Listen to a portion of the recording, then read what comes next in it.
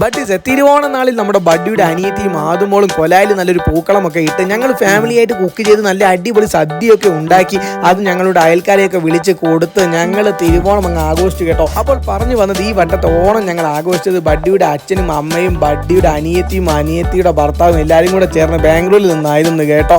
എന്തായാലും ഓണം കഴിഞ്ഞ് 2 ദിവസം കഴിഞ്ഞപ്പോൾ അനിയത്തിയും ഭർത്താവും അങ്ങ് പോയി കേട്ടോ. പിന്നെ അമ്മ 2 ദിവസം കഴിഞ്ഞ് ക്ഷീണമെല്ലാം മാറ്റി അടുക്കളയിലേക്ക് കയറി ഒറ്റ ദിവസം കൊണ്ട് 3 ഐറ്റംസ് അങ്ങ് ഉണ്ടാക്കി കേട്ടോ. നല്ല വരട്ടിയ ചക്ക കൊണ്ടുള്ള പായസം, നല്ല ഇഡ്ഡലി പൊടി, അതുപോലെ തന്നെ നല്ല മാങ്ങച്ചാറൊക്കെ അങ്ങ് ഉണ്ടാക്കി കേട്ടോ. ഞാൻ അടുക്കളയിലേക്ക് എത്താൻ ലേറ്റ് ആയി പോയത് കൊണ്ട് 2ാം പാൽ ഒഴിച്ചത് ഞാൻ കണ്ടില്ല കേട്ടോ.